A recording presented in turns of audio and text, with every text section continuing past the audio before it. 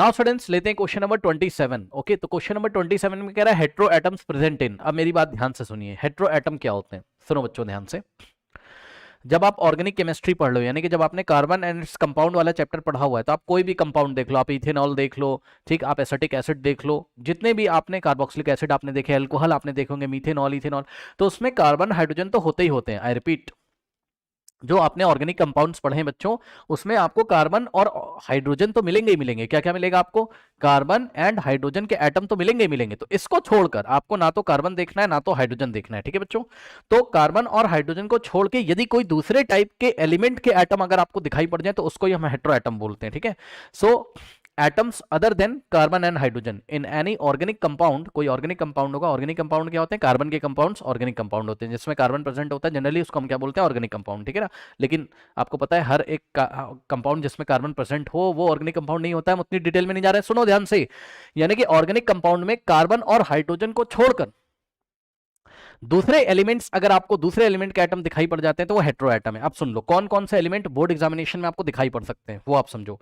सबसे पहले आप आ जाओ ग्रुप नंबर 17 में, ठीक। अब जिनको ये सब नहीं याद करना है, ग्रुप नंबर 17 क्या होता है बच्चों, ना याद करो, उससे कोई फर्क पड़ता नहीं, लेकिन एलिमेंट्स आप देख लो। इसको बोलते हैं हैलोजन फैमिली। ये पीरियोडिक टेबल का ग्रुप नंबर 17 है, ठीक। इसमें आपको क्या मिलेगा? फ्लोरीन, ठीक है, क्लोरीन, ब्रोमीन और आयोडीन। इसमें से अगर कोई एटम आ रहा है आपका ऑर्गेनिक कंपाउंड में तो हेट्रो एटम हो जाएगा। इसी तरीके से ग्रुप नंबर 17 के लेफ्ट में होता है ग्रुप नंबर 16, ठीक। पीरियोडिक टेबल में ग्रुप नंबर 17 के लेफ्ट में होता है ग्रुप नंबर 16, ठीक है स्टूडेंट्स। तो इसमें आपको मिल जाएगा ऑक्सीजन एंड सल्फर, और भी होते हैं उनको आपको नहीं लेना है, ठीक।